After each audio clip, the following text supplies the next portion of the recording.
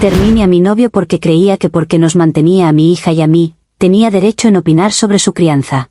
Ahora mi hija se embarazó y él no quiere ayudarnos. La línea se quedó en silencio por un momento después de que terminé de hablar. Podía escuchar la respiración tranquila de Adrián al otro lado, un sonido que una vez me trajo paz y que ahora sonaba como el preludio de una tormenta.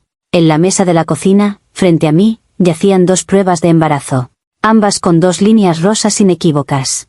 En su habitación, mi hija de 16 años, Valeria, estaba llorando en silencio. Finalmente, Adrián habló. Su voz no era enojada ni sorprendida. Era plana, desprovista de toda emoción. Dijo: lo siento mucho por Valeria. De verdad. Pero ese ya no es mi problema, Laura. Me quedé sin aliento, como si me hubieran golpeado. ¿Qué no era su problema? Le recordé, con la voz temblorosa de incredulidad, que él había sido la única figura paterna que Valeria había conocido en los últimos 4 años. Le recordé que la amaba, que la llamaba su campeona, que le había prometido que siempre estaría ahí para nosotras. Hubo otra pausa.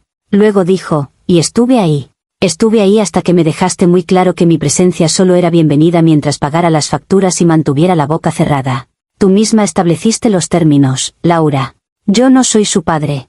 Solo era el hombre que pagaba el alquiler. Ya no pago el alquiler. Y colgó. Me quedé mirando el teléfono, con su nombre brillando en la pantalla. La crueldad de sus palabras me dejó temblando. ¿Cómo podía ser tan frío? ¿Cómo podía abandonarnos en el momento más aterrador de nuestras vidas? Nosotras éramos su familia. Yo era el amor de su vida. Ahora, de repente, somos un problema que ya no le concierne. Para que entiendan la magnitud de su traición, la frialdad de su abandono, necesitan entender cómo eran las cosas. Necesitan entender el paraíso que construyó para nosotras, y cómo intentó convertirlo en una prisión dorada. Necesitan entender que yo no lo dejé. Me liberé. Y ahora él nos está castigando por esa libertad. Hace 5 años, mi vida era una lucha constante. Era una madre soltera de 28 años con una hija de 11, Valeria. Trabajaba en 2 empleos, apenas llegaba a fin de mes, y vivía en un apartamento diminuto en un barrio no muy bueno. Cada día era una batalla por la supervivencia. El padre de Valeria nos había abandonado cuando ella era un bebé, así que siempre habíamos sido solo nosotras 2 contra el mundo. Entonces conocí a Adrián. Era mayor que yo, exitoso, dueño de su propia empresa de construcción. Era amable, paciente, y desde el principio, trató a Valeria no como una carga, sino como una extensión de mí. Nos cortejó a las 2. Nos llevaba a cenar a lugares bonitos, ayudaba a Valeria con sus deberes de matemáticas, nos llevaba de excursión los fines de semana. Fue el primer hombre que vio más allá de mi situación y vio a la mujer que yo era. A los 6 meses de salir, nos hizo una oferta que parecía sacada de un cuento de hadas. Nos pidió que nos mudáramos con él a su hermosa casa en las afueras. Tenía un jardín, una piscina y una habitación para Valeria que era más grande que todo nuestro antiguo apartamento. Y luego, me pidió que dejara uno de mis trabajos, y poco después, el otro. Me dijo: Laura, tu trabajo es criar a esta increíble niña y ser feliz. Permíteme a mí encargarme del resto. Quiero darles la estabilidad que ambas merecen. Y lo hizo. Por primera vez en mi vida, no tuve que preocuparme por el dinero. Valeria pudo ir a una escuela mejor, unirse al equipo de natación. Yo pude finalmente ser una madre a tiempo completo. Pude ir a todas sus reuniones escolares, a todas sus competencias. Adrián nos dio una vida que yo nunca podría haber soñado con darle a mi hija. Él era nuestro héroe. Nos salvó. Y a cambio, le dimos una familia. Llenamos su casa grande y silenciosa con risas, con el olor a galletas recién horneadas, con el caos feliz de la vida cotidiana. Él amaba a Valeria como si fuera suya. Asistía a cada evento escolar, le enseñó a andar en bicicleta, la consolaba cuando tenía el corazón roto por alguna tontería de la escuela. Era el padre que ella nunca tuvo. Durante los primeros años, fue perfecto. Un paraíso. Yo era la reina de mi hogar, criando a mi hija con la seguridad y los recursos que siempre había anhelado para ella. Y Adrián era el rey benévolo que lo hacía todo posible. El pacto era simple y perfecto. Él proveía. Yo criaba. Y éramos felices. O eso creía yo. No me di cuenta de que, para él, su provisión venía con un precio oculto, el derecho a opinar. El paraíso empezó a mostrar sus grietas cuando Valeria cumplió 14 años. La dulce niña que Adrián había conocido se estaba convirtiendo en una adolescente. Empezó a desafiar las reglas, a pasar más tiempo con sus amigos, a interesarse por los chicos. Un comportamiento adolescente completamente normal, en mi opinión. Yo lo manejaba con una mezcla de confianza y límites flexibles. Había sido una adolescente, sabía cómo funcionaba. Pero Adrián no lo veía así. De repente, el hombre relajado y divertido se convirtió en un sargento instructor. El conflicto comenzó con cosas pequeñas. Valeria quería ir a una fiesta de cumpleaños que terminaba a las 11. Yo dije que sí. Adrián dijo que era demasiado tarde para una chica de su edad. Tuvimos nuestra primera discusión seria sobre ello. Al final, cedí por mantener la paz, y Valeria tuvo que irse a las 10, humillada frente a sus amigos. A partir de ahí, fue una escalada constante. Adrián quería revisar su teléfono. Yo creía en su privacidad. Adrián quería que se centrara solo en los estudios y en la natación. Yo creía que necesitaba una vida social. Él le ponía reglas estrictas sobre la ropa que podía usar. Yo la animaba a expresar su propio estilo. Cada decisión sobre la crianza de Valeria se convirtió en un campo de batalla. Nuestras conversaciones se llenaron de frases como, mientras vivas bajo mi techo, o, yo pago por esa ropa, así que tengo derecho a decir si es apropiada. Intenté hablar con él. Le expliqué, con toda la paciencia del mundo, que yo era su madre, que agradecía su apoyo y su amor, pero que las decisiones finales sobre la crianza de Valeria eran mías. Su respuesta fue lo que lo rompió todo. Me miró, no con ira, sino con una convicción absoluta, y dijo, Laura, esto no es solo tu decisión. Esta es mi casa. Es mi dinero el que paga su escuela, su ropa, su comida. Soy una parte integral de su vida, no solo el cajero automático. Mi inversión en su futuro me da derecho a tener voz y voto en cómo se construye ese futuro. Voz y voto. Inversión. Esas palabras me helaron. De repente, vi nuestra vida no como una familia, sino como una de sus transacciones comerciales. Él no era un padre para Valeria. Se veía a sí mismo como el accionista mayoritario de su vida. Su apoyo financiero no era un regalo de amor, era la compra de acciones en nuestra familia. Y ahora, quería ejercer su poder de accionista. Me di cuenta de que había cometido un error terrible. Al aceptar su ayuda, sin darme cuenta, le había vendido una parte de mi autoridad como madre.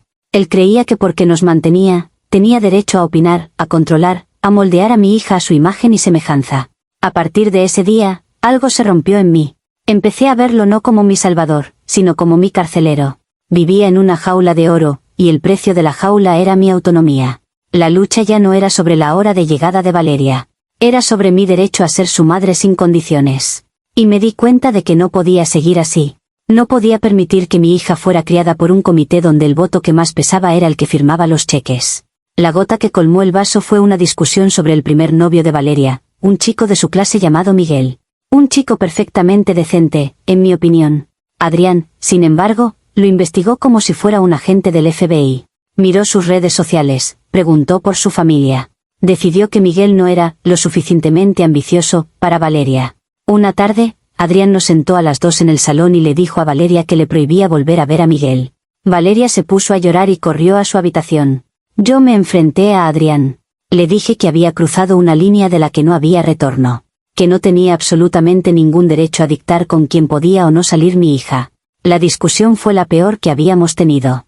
Todas las cartas se pusieron sobre la mesa. Él me gritó que yo era demasiado permisiva, que no estaba preparando a Valeria para el mundo real, un mundo en el que él, convenientemente, era un experto.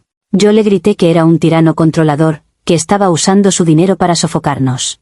En el clímax de la pelea, él me dijo la frase que lo selló todo: si no te gustan mis reglas, hay miles de madres solteras que matarían por estar en tu lugar. Y en ese insulto, encontré mi fuerza. Lo miré, y la niebla de la dependencia y la gratitud que me había cegado durante años se disipó. Vi al hombre que realmente era. Un hombre que me veía no como su igual, sino como una empleada afortunada. Con una calma que me sorprendió a mí misma, le dije, tienes razón. No me gustan tus reglas. Y no quiero estar más en este lugar. Valeria y yo nos vamos. Su rostro pasó de la ira a la incredulidad. Pensó que era un farol. Me dijo, ¿irte? ¿A dónde? ¿De vuelta a tu apartamento de una habitación y a tus 2 trabajos? ¿Crees que puedes darle a Valeria la vida que yo le doy? Le dije, puedo darle algo que tú nunca podrás, libertad. Y una madre que no ha vendido su alma. Él se rió. Una risa amarga y condescendiente. Dijo, bien. Vete. A ver cuánto duras. Cuando te des cuenta de lo que estás perdiendo, no vengas a llamar a mi puerta. Esa fue la última conversación real que tuvimos. 2 semanas después, Valeria y yo nos mudamos. Encontramos un pequeño apartamento, apenas asequible. Volví a buscar trabajo. Fue la decisión más difícil y aterradora de mi vida. Pero mientras empacaba nuestras cosas, con Valeria ayudándome en silencio, me sentí más ligera de lo que me había sentido en años. Me estaba liberando. Estaba recuperando mi derecho a ser la única y verdadera madre de mi hija. Pensé que le estaba enseñando a Valeria una lección sobre la independencia y la dignidad. Durante 6 meses, ha sido increíblemente difícil. He encontrado un trabajo, pero el dinero es muy justo. Hemos tenido que renunciar a todo. A las clases de natación, a la ropa nueva, a las salidas. Pero éramos libres. Y yo estaba orgullosa de mi decisión. No importaba lo difícil que fuera. Había elegido nuestros principios por encima de su dinero. Y creía, estúpidamente, que si alguna vez nos enfrentábamos a una crisis real, a una verdadera emergencia, su amor por nosotras pesaría más que su orgullo herido. ¡Qué tonta fui! Y así volvemos al presente. Al silencio después de la llamada. A las 2 líneas rosas en la prueba de embarazo y al sonido del llanto de mi hija en la otra habitación. La crisis que nunca pensé que llegaría está aquí, y el hombre que nos prometió un siempre nos ha dado la espalda de la forma más cruel imaginable. Su argumento de que yo establecí los términos es una excusa cobarde y retorcida. Sí, lo dejé. Lo dejé porque quería ser una madre, no la gerente de una de sus propiedades. Dejé su control, no su amor. ¿Acaso el amor se apaga como un interruptor en el momento en que se deja de pagar una factura? El cariño que le tuvo a Valeria durante 4 años se evapora porque yo decidí que no podía seguir aceptando sus condiciones. Él no nos está negando ayuda por un principio. Nos está castigando. Está usando esta terrible situación para demostrar su punto. Para decirme, ¿ves? Te lo dije. No puedes hacerlo sin mí. Está disfrutando de mi desesperación, saboreando la victoria de su predicción. Nosotras somos el daño colateral de su ego herido. Ahora estoy aquí, con una hija de 16 años embarazada y sin un céntimo de más. Tendré que conseguir un segundo trabajo. Valeria tendrá que dejar la escuela, al menos por un tiempo. Su futuro brillante, el futuro por el que luché para protegerla de la influencia de Adrián, ahora está en peligro de una forma mucho más real. Me siento acabada. No sé qué hacer. Adrián era mi red de seguridad, la que yo creía que estaría ahí incluso después de haber saltado. Pero me ha demostrado que la red tenía un cartel con letra pequeña que yo no vi. Decía, válido solo mientras se cumplan mis términos y condiciones. El mundo lo verá como el hombre razonable. El exnovio que fue rechazado y que ahora, lógicamente, no tiene ninguna obligación. No verán al hombre que nos hizo dependientes de él y que luego nos cortó las piernas cuando decidimos caminar por nuestra cuenta. No verán al hombre que amaba a una niña como si fuera suya, hasta que decidió que ya no le convenía. Lo dejé para proteger a mi hija de su control, y ahora mi hija se enfrenta a una crisis que él podría solucionar con un simple gesto de la bondad que una vez fingió tener. No hay justicia en eso. Él tenía razón en una cosa. No puedo darle a Valeria la vida que él le daba. Y ahora, gracias a su abandono, me pregunto si podré darle alguna vida. Fui castigada por elegir la dignidad por encima del dinero. Y ahora no tengo ni lo uno ni lo otro. Comentarios populares de Reddit. Usuario anónimo 1. Dejaste a un hombre que os mantenía a ti y a tu hija. Le dejaste claro que no quería su opinión ni su participación en la crianza. Y ahora que tu hija, bajo tu única supervisión, se ha quedado embarazada, ¿corres a pedirle dinero? Y él es el malo por negarse. La audacia es increíble. Respuesta de la protagonista. No es audacia, es desesperación. Y una cosa es la crianza del día a día y otra una crisis que cambia la vida. Pensé que el amor que decía tenernos era más grande que nuestro desacuerdo. Claramente, su amor estaba directamente conectado a su cuenta bancaria. Usuario anónimo 2. Le dijiste literalmente, no eres su padre, no tienes derecho a opinar. Él te tomó la palabra. Ahora que hay un problema grave, de repente quieres que actúe como un padre, o al menos, como la cartera de un padre. No puedes tener las dos cosas. Usuario anónimo 3. Él no te falló. Tu filosofía de crianza, flexible, falló. Criaste a tu hija bajo tus propias reglas, y aquí están las consecuencias. Exigirle que limpie un desastre que ocurrió después de que lo echaras activamente de vuestras vidas no es justo. Él no os está castigando, simplemente está respetando la frontera que tú misma dibujaste. Respuesta de la protagonista. Un embarazo adolescente no es un fallo de crianza, es algo que pasa. La diferencia es tener apoyo o no tenerlo. Él tenía el poder de ser un salvavidas y eligió ser un ancla. La gente habla de fronteras, pero yo hablo de humanidad básica. Y él ha demostrado no tener ninguna. Actualización 1. Ha pasado un mes desde que mi mundo implosionó. Un mes desde que Adrián me colgó el teléfono y me dejó sola con la crisis más grande de mi vida. He leído los comentarios de gente que me llama audaz, que dice que no puedo tener las dos cosas. Es tan fácil juzgar desde la comodidad de una vida que no se está desmoronando. No entienden que mi decisión de dejar a Adrián fue un acto de principios, un sacrificio por el bienestar de mi hija. Y su negativa a ayudarnos ahora es la prueba de que tuve razón sobre su carácter. La vida se ha convertido en un infierno. He conseguido un segundo trabajo. Por la mañana soy recepcionista, y por la noche sirvo mesas en un restaurante ruidoso y grasiento. Llego a casa agotada, con los pies hinchados y el olor a fritura pegado a mi ropa, solo para encontrar a Valeria llorando en su habitación. Ella ha tenido que dejar el equipo de natación y casi todas sus actividades para poder descansar. La luz en sus ojos se ha apagado. Pero el verdadero golpe, la razón por la que escribo esto, llegó la semana pasada. Reuní el valor para hacer lo que tenía que hacer. Contacté a los padres del chico, Leo. Organicé una reunión. Fui a su casa, una casa impecable en un barrio residencial, con el corazón en la mano, esperando encontrar algo de comprensión, de apoyo. Me sentaron en su salón de sofás blancos y me ofrecieron un té que no bebí. Leo, el chico, estaba allí, con la cabeza gacha, sin mirarme a los ojos. Les expliqué la situación con toda la dignidad que pude reunir. El padre de Leo, un hombre con una mirada fría y calculadora, me escuchó sin interrumpir.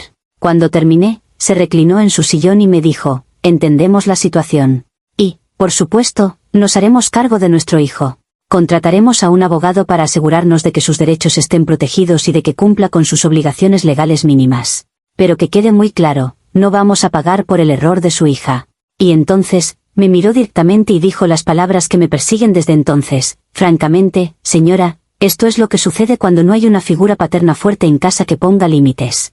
Nuestro hijo tiene un futuro, y no vamos a permitir que una niña sin supervisión se lo arruine. Me quedé allí sentada, temblando de rabia y humillación. Me estaban culpando a mi crianza, a mi decisión de ser una madre soltera. Y en ese momento, lo vi todo con una claridad terrible. Esa actitud, esa mentalidad controladora y patriarcal del padre de Leo, es exactamente de lo que salvé a Valeria. Es la misma filosofía de Adrián. La idea de que un hombre, con su dinero y su fuerza, tiene derecho a imponer su voluntad. Dejé a Adrián para proteger a Valeria de convertirse en el producto de un hombre así. Y ahora, porque Adrián nos abandonó, porque nos quitó su escudo de protección financiera y social, estamos a merced de otro hombre exactamente igual, pero sin ningún afecto por nosotras. ¿No lo ven? Si Adrián estuviera aquí, con su dinero y su influencia, el padre de Leo nunca se habría atrevido a hablarnos así. Estaríamos negociando desde una posición de poder. Pero Adrián nos dejó vulnerables, expuestas. Su abandono no fue un acto pasivo. Fue un acto que nos arrojó a los lobos. Él es la razón por la que estamos en esta posición de debilidad, siendo juzgadas y humilladas por gente como esta. Me quitó el poder y ahora se sorprende de que esté siendo atacada. Su crueldad no fue solo negarnos el dinero, fue despojarnos de la armadura que él mismo había insistido en que vistiéramos. Actualización final.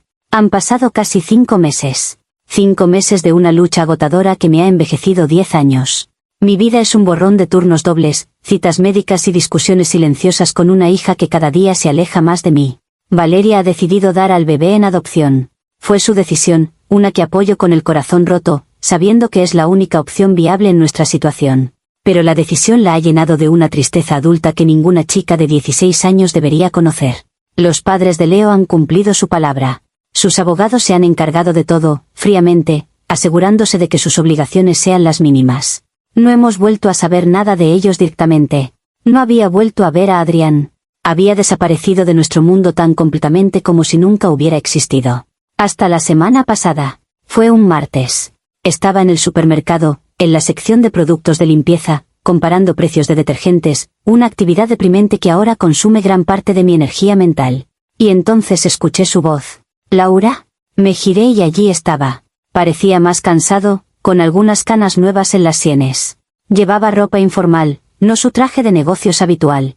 Su carrito de la compra estaba medio lleno de comida para uno. Nos quedamos mirándonos en silencio durante lo que pareció una eternidad. El aire estaba cargado con todo lo que no se había dicho. Él rompió el silencio. Me preguntó cómo estaba. Su voz era suave, casi tímida. Y no sé qué me pasó. En lugar de la rabia que había ensayado en mi cabeza 1000 veces, en lugar de los gritos y las acusaciones, simplemente me derrumbé. Empecé a llorar allí mismo, en el pasillo 5, con un bote de lejía en la mano. Lloré por mi agotamiento, por el futuro perdido de Valeria, por la humillación, por la soledad. Lloré por todo. Él se quedó allí, torpe, sin saber qué hacer. No me tocó. No me abrazó. Simplemente esperó a que mis sollozos se calmaran. Cuando pude hablar, le conté todo. Lo de Valeria, lo de la adopción, lo de los padres de Leo, mis 2 trabajos. Vomité todo el dolor y la miseria de los últimos meses sobre él. Una parte de mí esperaba que el horror de la situación lo hiciera reaccionar, que viera el desastre que había causado su abandono y se ofreciera a arreglarlo. Él le escuchó. Escuchó de verdad. Su rostro se contrajo de dolor cuando le conté lo de Valeria. Y cuando terminé, me miró, y sus ojos estaban llenos de una tristeza insondable. Dijo, con la voz quebrada, Laura, lo siento. Siento mucho que estéis pasando por esto. Nunca quise esto para vosotras. Y luego, añadió las palabras que lo definieron todo, pero no puedo evitar pensar que si yo hubiera estado allí, si me hubieras dejado ser un padre para ella, nada de esto habría pasado. Y ahí estaba. Su compasión, su dolor, todo estaba envuelto en un, te lo dije. No era un ofrecimiento de ayuda. Era la confirmación final de su propia narrativa. Él no se sentía culpable por habernos abandonado, se sentía reivindicado. En su mente, esta tragedia era la prueba de que su control, su mano dura, era necesaria. No le ofrecí volver a mi vida. No me ofreció su ayuda. Solo nos quedamos allí, 2 extraños en un pasillo de supermercado, cada uno atrapado en su propia versión de la verdad. Me sequé las lágrimas, le dije que tenía que irme y me alejé sin mirar atrás. Mientras pagaba mi compra, lo entendí. Él nunca volverá. Nunca nos ayudará. Porque en su mundo, él no nos abandonó en medio de una crisis. La crisis ocurrió porque lo abandonamos a él. Y no hay nada que yo pueda hacer para cambiar esa historia en su cabeza. Así que este es el final. Estoy sola, pero ahora entiendo por qué. No fui castigada por elegir la independencia. Fui abandonada por un hombre que preferiría tener razón a ser feliz, un hombre que prefiere ver cómo nos ahogamos antes que admitir que el salvavidas que nos quitó podría habernos salvado. Y viviré el resto de mi vida sabiendo que él se considera un profeta, cuando en realidad es la causa de la plaga.